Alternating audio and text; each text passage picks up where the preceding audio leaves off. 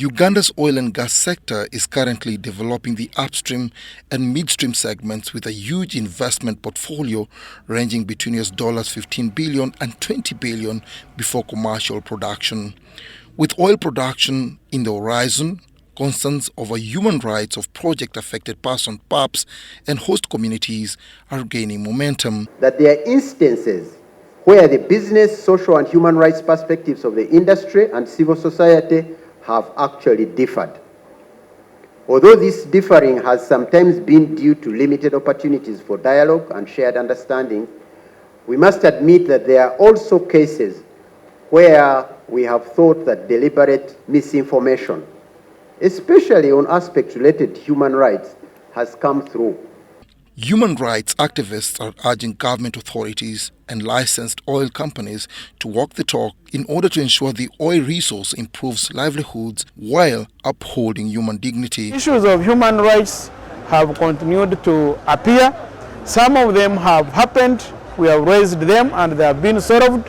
But of course, as the sector joins the production stage, there are others that are staged, because the production stage is the most active part of the sector, where you have quite a lot of activities running.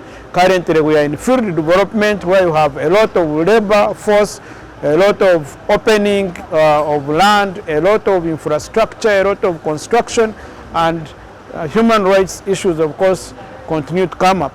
Over the years, government of Uganda has put in place regulatory frameworks and oversight mechanisms to ensure compliance with its human rights obligations.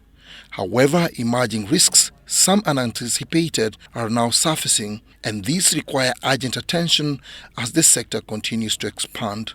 When you talk about pollution, you are trying to manage pollution. When you manage pollution, you are managing the impact of pollution to the human rights. When you manage the noise, to ensure that your activities, the noise generation, does not affect the people, you are managing human rights.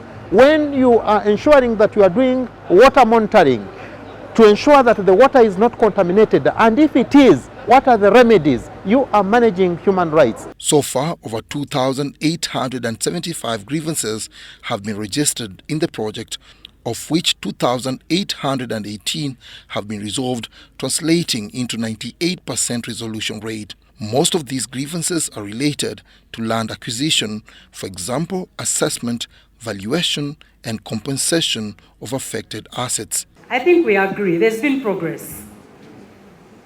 There's been progress, and we shall continue to make progress. The sentiments I picked from the conversations, there's commitment and commitment on all sides. Dennis Igoa for UBC.